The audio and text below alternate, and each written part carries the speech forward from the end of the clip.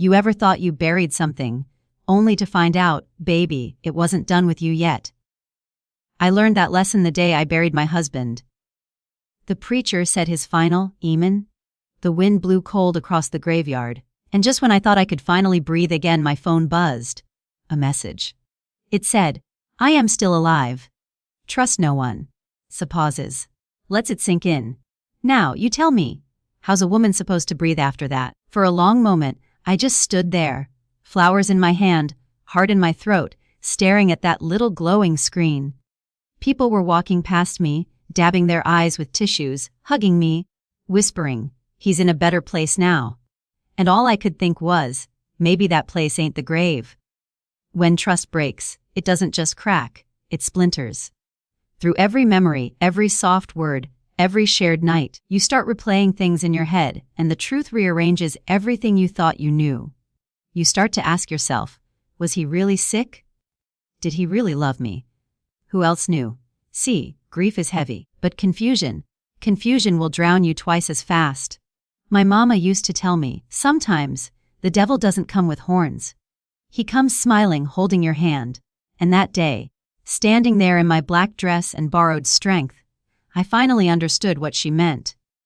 For weeks after that message, I walked through life like a ghost. I smiled when folks came by with casseroles, nodded when they said kind things, but inside I was unraveling. Every night I'd sit by the window, wondering if he was out there somewhere, breathing the same air, laughing at my tears. But one thing about pain.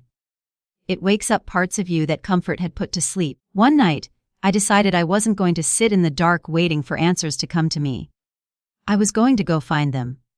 So I started digging, not in the dirt this time, but in the truth.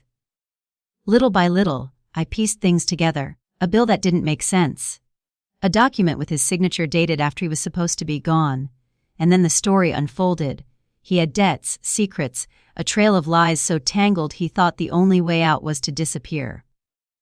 Now, I could have fallen apart right there. I could have let bitterness eat me from the inside out. But instead, I remembered something else Mama said. Baby, when you find yourself standing in ashes, don't cry over what burned, look for what survived. And so I did. At first, survival was just getting out of bed, brushing my hair, and showing up to work. But then it became more. I took classes, learned how to manage money on my own, started a little business selling homemade candles. Funny thing, people kept telling me those candles brought them peace. I never told them they were born from my pain. See, I realized the best kind of revenge isn't shouting or fighting or proving someone wrong. The best revenge is rising so high that the lies can't reach you anymore. And let me tell you, peace is the loudest kind of power there is. There's an old study I once read that said most people who feel betrayed later admit they saw the signs early on. They just didn't want to believe them. I was one of those people. We convince ourselves that love means closing our eyes to the truth, but real love keeps its eyes open. Trust doesn't mean blindness. It means honesty, accountability, and respect. So I started living by a new rule: trust, but verify. Listen, but also look. Love, but never lose yourself in the loving. There's a kind of freedom that comes when you stop needing people to be honest with you and start being honest with yourself. It's quiet, steady, and strong. And it doesn't depend on whether they come back, apologize, or explain. Years later, I still don't know if that message was his voice or somebody else's trick. Maybe it was a warning. Maybe it was closure in disguise. But either way, it did something important. It woke me up. I stopped living as somebody's wife, somebody's shadow, somebody's secret keeper. I started living as me. And now, when people ask how I got through it, I tell them this: I stopped looking for justice in the world and started building peace in my soul. I stopped trying to prove what was true and started becoming what was real. So if life ever shakes you with a message like that, something that splits your world wide open, don't crumble, don't curse the storm. Just smile and whisper, "Thank you for the warning, but I'm still here too." Because that's the thing about us, my loves. We are not defined by who leaves or lies or dies. We are defined by what we do when the ground shakes beneath us. And me, I chose to rise. That message hit me harder than grief ever could. You see, loss you can prepare for, betrayal you cannot. Death, at least, comes with a reason. It leaves you with memories, tears, and a grave to visit. But betrayal, it leaves you wandering through the living, wondering who's real and who's wearing a mask. When trust breaks, it doesn't just crack. It splinters through every memory, every word, every shared look. Suddenly, every "I love you" sounds like a ghost whispering lies through your walls. You start questioning everything. Was that smile sincere? Was that promise ever meant? Every moment you once held close turns into a puzzle you're too tired to solve. The first lesson, my dear ones, is this: even love needs proof, but trust needs time. See, we're so eager to believe the best in people that we often skip the part where they show us who they really are. We hand out trust like candy, thinking kindness will keep us safe. But love without discernment is just an open door in a storm. You don't know what might blow in. After that message, I found myself replaying old conversations in my head. Those late night phone calls that ended too quickly, the whispered names he never explained. Those business trips that always seemed to happen right after a fight. Things I brushed off because I thought marriage meant giving the benefit of the doubt. But looking back, I see now that my gut had been talking to me all along. I just didn't want to listen. My mother used to say, sometimes the devil doesn't come with horns. He comes smiling and calling you darling. And Lord, she was right. The devil can wear a suit, smell good, and tell you everything you want to hear. That's why you have to keep your spirit awake even in love. Because not everyone who reaches for your hand means you well. One night, I sat in the dark and thought about the years we'd shared. Birthdays, anniversaries, the little inside jokes that only we knew. And it hit me that maybe the version of him I loved was just a story I told myself to keep my world together. That kind of realization. It doesn't just break your heart, it rearranges it. You start seeing the patterns. The way you ignored the signs because you didn't want to seem suspicious. The times you felt something was off, but told yourself you were overthinking. But let me tell you something, baby, your intuition is not your enemy. It's your soul's way of protecting you. Never silence the voice that's trying to save you just because someone else tells you it's crazy. I once read that people who experience betrayal often go through the same stages as those who've lost someone to death. Shock, denial, anger, sadness, and, finally, acceptance. I lived all of those sometimes in the same day. I'd wake up angry, spend the afternoon crying, and fall asleep whispering prayers I didn't even believe in anymore. But pain, as cruel as it is, comes with a purpose. It strips away illusions. It makes you see who you are when everything false falls away. And what I saw wasn't weak. It was wounded, yes, but still standing, still breathing, still capable of rebuilding. I started to remember who I was before the lies, before the shadows crept into my home. I remembered the woman who laughed easily, who sang in the kitchen, who believed in new beginnings. That's the thing about heartbreak, it doesn't just end something, it introduces you to yourself. And so, I began to heal. Not all at once, not gracefully, but honestly. I stopped asking why and started asking what now. I stopped looking for closure from someone who'd already closed his heart. I started finding it in my own reflection. Because the truth is, the ground beneath you will shift. People will change. Promises will break, but the foundation you build inside yourself, that's yours to keep. Trust may take time, love may fail, but faith in your own strength, that will carry you through every storm. So, when I tell you that message hit me harder than grief, I mean it cracked open my world. But it also showed me what I was made of. Sometimes you have to be broken to discover your own backbone. Sometimes you have to lose what you thought was love to find what's truly worth keeping: peace, clarity, and the courage to trust yourself again. And honey, once you find that kind of strength, there ain't a lie in this world that can shake your ground again. Let me tell you, deception never grows overnight. It's like a weed you ignored too long because the flowers around it look too pretty. You water it, you smile at it, you tell yourself it belongs there because it's part of your garden. Until one day you realize that sweet, smelling vine has choked everything else you planted. That's how lies work. They creep in quietly, pretending to protect you, while they're slowly wrapping themselves around your peace. I used to think love was enough to keep everything clean and true. That if you gave your best, stayed loyal, and prayed hard, no one could fool you. But baby, deceit don't care how good your heart is. It don't matter how much you cook, how many times you forgive, how wide you open your door. If someone's got secrets, they'll find a way to hide them right in front of your kindness. Looking back, I can see the signs clear as daylight. There were the phone calls that came too late and ended too quick. The trips that always seemed to pop up right before a family gathering. The stories that changed ever so slightly every time they were told. I remember once asking a simple question and watching his eyes dart away, just for a second, but long enough for my soul to feel that chill. That's the thing about intuition, it don't shout. It whispers. And if you don't listen, it'll go quiet, waiting for you to be ready to hear the truth. A study I came across not too long ago said nearly 70% of people who felt betrayed later realized they'd seen the signs early on. Isn't that something? We see the storm coming but convince ourselves it's just a shadow. Because admitting what we know deep down means letting go of the picture we painted. It means breaking our own heart before someone else does. And that's hard, especially when you've built your world around a person. You tell yourself, maybe it's just stress, maybe I'm overthinking. You make excuses because the alternative hurts too much. But the truth doesn't disappear just because you ignore it. It waits, patient and steady, until it can no longer be hidden. I remember one night I was folding laundry. Nothing special.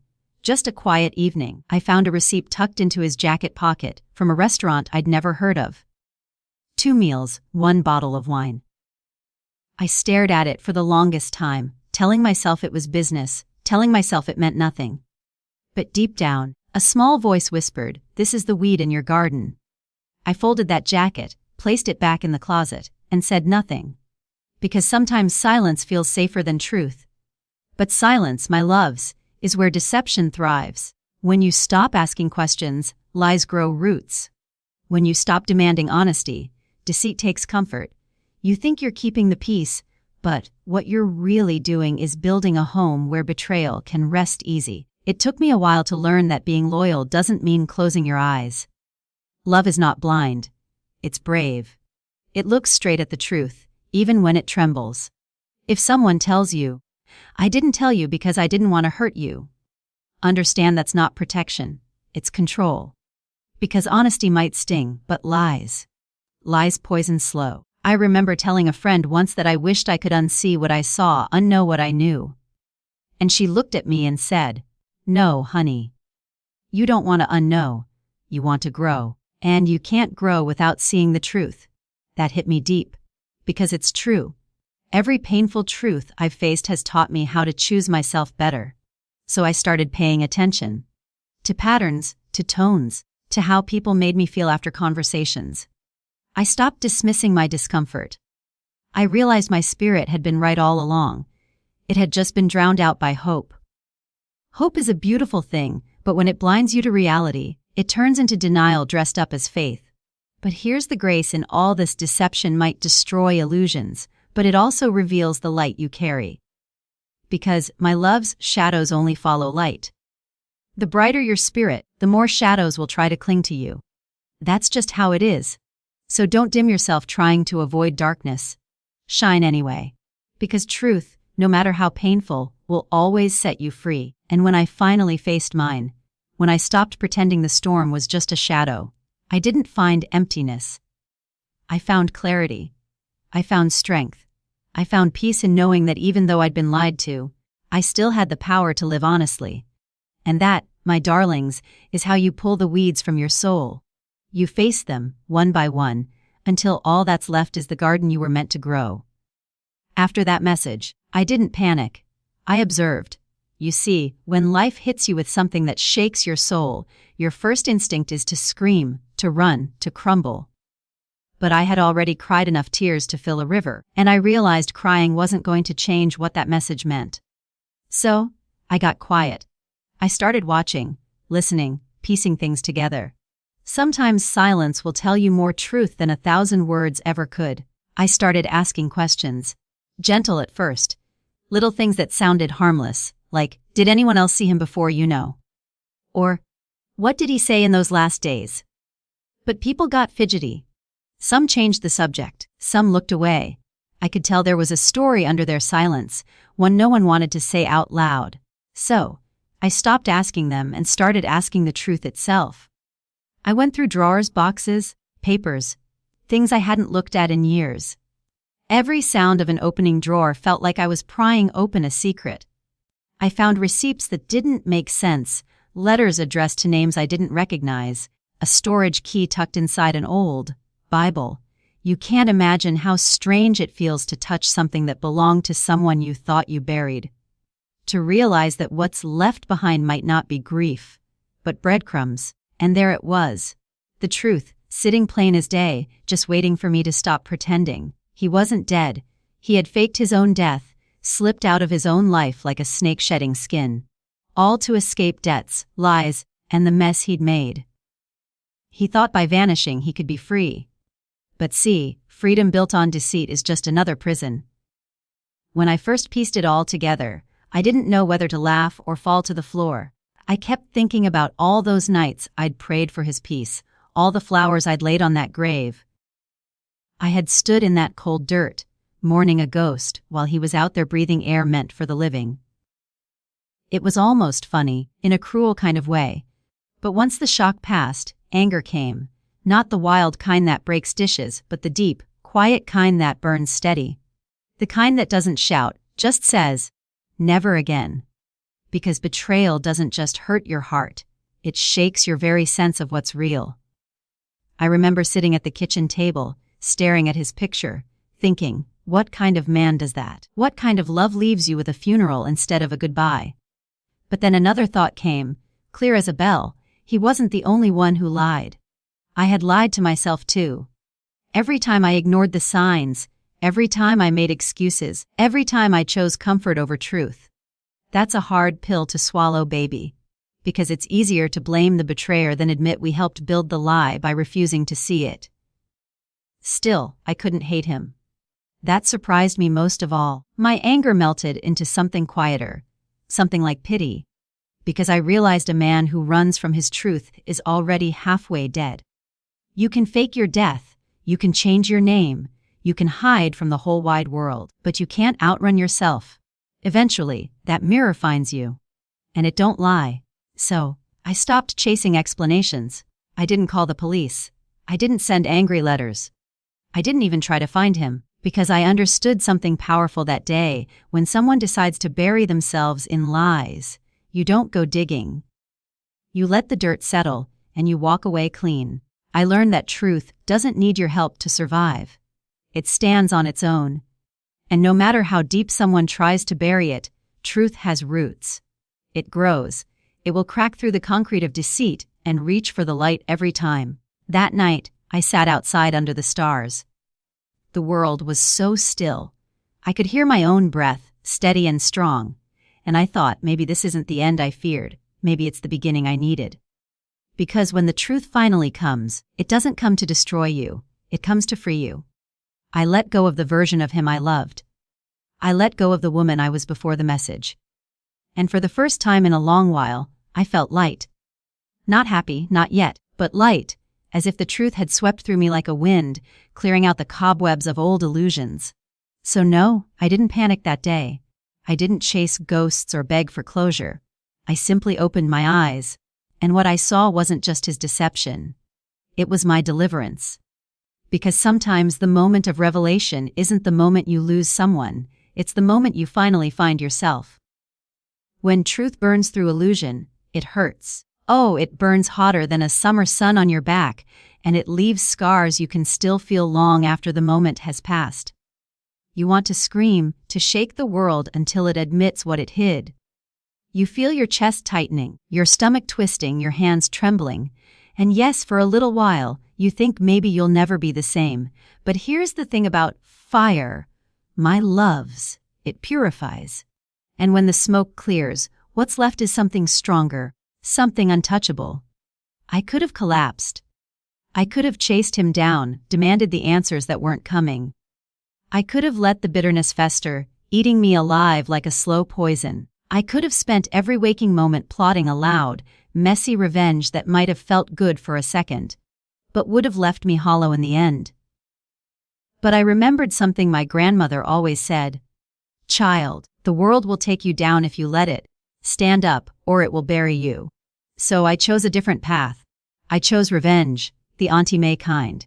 Not the loud kind, the kind that makes headlines or causes heartburn for someone else. No, I chose the sacred kind of revenge, the kind that comes from success, from peace, from holding onto your dignity so tightly it becomes a shield. It's slow, it's quiet, and it's powerful. Because the sweetest revenge, baby, is living so well that your betrayer has to watch you shine from the shadows they created. I rebuilt.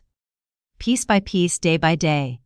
I went back to school, even though my knees shook with fear at the thought of being the oldest woman in the classroom. I started a small business, something I dreamed of for years, but had always put aside for later. I reconnected with my faith, not the quiet, shaken kind, but the kind that lifts your head and whispers, "You are enough," even when the world says you're not. And I found my laughter again. That deep, belly laughter that shakes your shoulders and makes your spirit dance. Oh baby, that laughter is a song the universe remembers. The first day I laughed without hesitation after the truth revealed itself, I felt something I hadn't in years. Freedom. I realized my joy didn't need anyone's permission. It didn't need to be validated or explained. It just existed, unchained, and it was louder than any anger I could have carried, louder than any plot for revenge I could have dreamed. I met people along the way who reminded me who I was before the betrayal, friends who offered shoulders without judgment, mentors who guided me with gentle hands, and strangers whose small acts of kindness reminded me that the world could still be good. I poured myself into learning, growing, creating, and giving. Every brick I laid in that new life was a brick of defiance, a brick of self-respect, a brick that said, "I will not be small in your absence." And let me tell you something, my loves.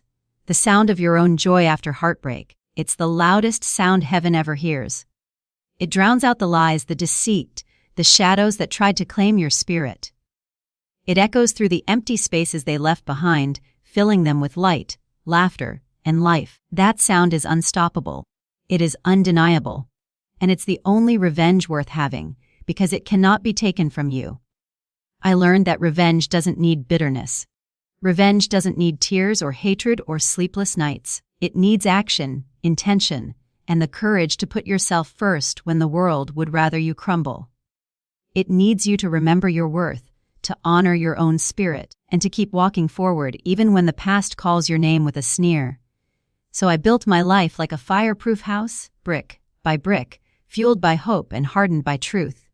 Every day, I reminded myself that he no longer had power over me, no longer had access to my peace, my dreams, or my laughter. And the more I thrived, the smaller the betrayal became. Not because it wasn't real, but because I refused to let it define me. And that's what I want you to know, my dears. Heartbreak will come. Lies will find you. Shadows will try to cling. But the fire that burns away the illusion, that fire is your gift. Step into it. Let it refine you. Let it purify you. And when you rise from the ashes shining, joyful, unbroken, you'll understand what real power feels like. Because the greatest revenge is not in destruction, it's in becoming so full of life, love, and light that nothing that tried to hurt you can ever touch you again. Now, let me share what life whispered to me through that storm, because baby, storms have a way of teaching you truths you never wanted but desperately needed. I learned that trust is precious, but it ain't blind. You can give your heart, but you must also keep your eyes open. Love with open arms, yes.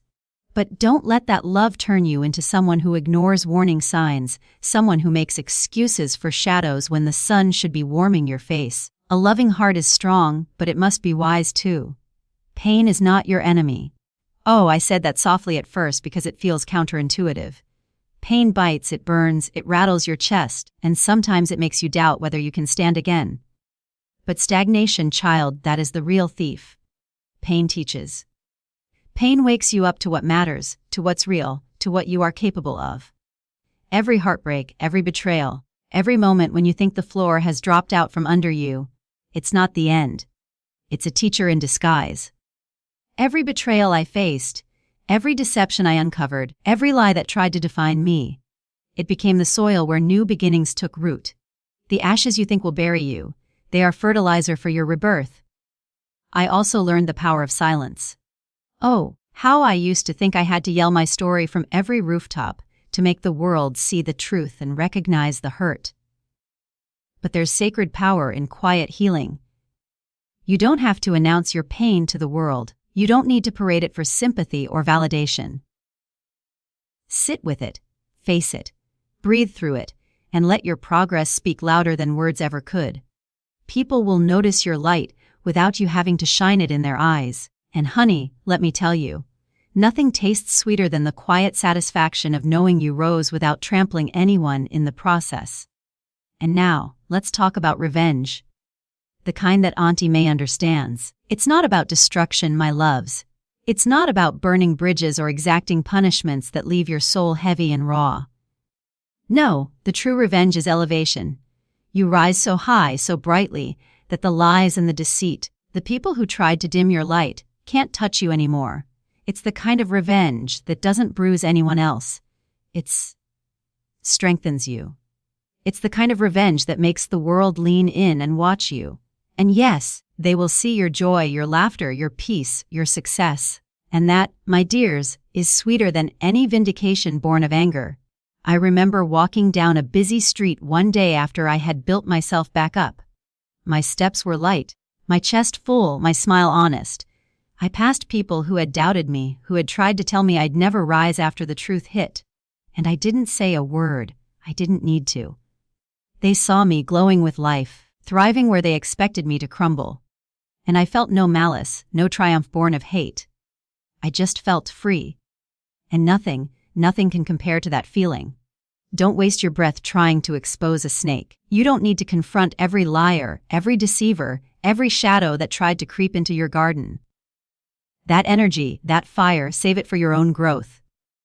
Walk your path so righteously, so boldly, that the snakes have no choice but to slither out of your sunlight.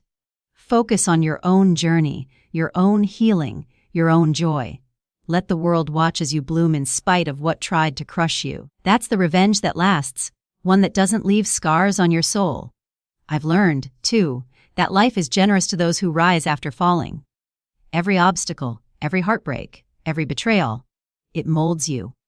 You learn patience, resilience, discernment, and courage. You discover how fierce your own heart can be. And more than anything, you learn to love yourself fiercely, without apologies. Because the love you give yourself becomes the measure of how brightly you can shine in the world. So take these lessons, my loves. Carry them with you. Trust, yes, but wisely. Love, yes, but with your eyes open. Let pain teach, not paralyze. Heal quietly, rise proudly, and live in a way that your joy cannot be stolen. Let your life be the testament to your strength, your dignity, and your triumph, because when you do that, when you truly live in that way, you don't need to chase revenge. You become it. And honey, there's no power sweeter than that. That message. I am still alive. Trust no one. It came like a cold gust through a window I thought I had sealed forever. It was meant to scare me. It was meant to make me doubt, to make me shrink, to make me question every choice I had ever made. But you know what it really did? It woke me. It shook me awake in ways nothing else could. It reminded me that even when people lie, even when life cracks your heart into pieces and scatters them across days and nights, there is one truth that cannot be stolen, cannot be broken, and cannot be buried. You. That's right, baby. You are the truth that lasts. I remember standing in my kitchen that evening, holding the phone, feeling the cold hum of fear wrap around me. And then I laughed. Softly at first, and then louder, until the sound chased away the tremors. Because I realized the message, as threatening as it felt, didn't define my life. I defined my life. I had survived heartbreak before, I had survived betrayal, and I would survive this too. Every scar I carried wasn't a mark of weakness. It was proof of endurance, proof of battles fought and lessons learned. And here I was, stronger than I had ever known I could be. My loves, I want you to hear me on this. Life will test you. It will hand you storms wrapped in smiles. It will hand you messages that feel like they're meant to crush you. And sometimes, those storms will come from the very people you thought you could trust. You'll feel like you've buried a part of yourself only to see it dug back up by deceit or loss. But listen closely. Standing at the grave of what you thought was finished is never the end. It is a beginning. Every ending in life, every betrayal, every shattered dream carries the seed of rebirth, if you have the courage to see it. So when life shakes you to your core, when the ground beneath you seems to vanish, don't crumble. Don't curse the storm. Don't waste your strength trying to convince someone else of the truth you've already discovered for yourself. Instead, draw a deep breath, lift your chin, and smile. Smile because you are still here. Smile because you are alive, because your heart still beats, because your mind still thinks, and your spirit still dreams. Smile and say to the universe, softly but firmly, "Thank you for the warning, but I'm still here too." And then step forward. Step forward with your head high, your heart strong, and your eyes wide open. Step forward with the kind of quiet power that doesn't scream but cannot be ignored. Build, create, love, and live with the kind of energy that turns ashes into soil and pain into strength. Let the lessons of deception, loss, and betrayal become your foundation, not your cage. Let the grief you've endured sharpen your vision and ignite your purpose. Let the heartbreak you've survived polish your resilience until it shines like a beacon. I have lived through storms that made me question every single thing I thought I knew. I have watched people I trusted vanish into shadows. I have stared at emptiness where I believed there was forever. And through it all, I discovered a secret that no betrayal can steal: the living, the strong, the wise don't just survive. We thrive, we rise. We take the fragments of our past, the cracks and scars, and we build kingdoms from them. Not kingdoms of power or revenge, but kingdoms of spirit, joy, and life so full it cannot be dimmed. So, my loves, if you ever find yourself standing at the grave of something you thought was over, a dream, a marriage, a friendship, and life sends you a message that shakes your soul, remember this: the power is always within you. You are the fire that cannot be put out, the truth that cannot be silenced, the light that cannot be hidden. That moment, that shock, that realization, it is your phoenix moment. It is the moment when you rise from the ashes, brighter, stronger, wiser than before. And when you rise, don't look back with anger or bitterness. Look forward with gratitude and determination. Carry yourself with the quiet authority of someone who has faced the storm and found not just survival, but mastery. The world may try to frighten you, deceive you, or dim your spirit, but you will shine regardless. You will shine so brightly that those who tried to break you will only witness your glory from the shadows they created. So remember this: life will shake you. Life will betray you. Life will send messages that make your soul tremble. But you, yes you, are the one who decides how you respond. You are the one who decides whether you will rise or fall. And if you rise, oh my loves, nothing and no one can ever dim that light. You are alive. You are strong.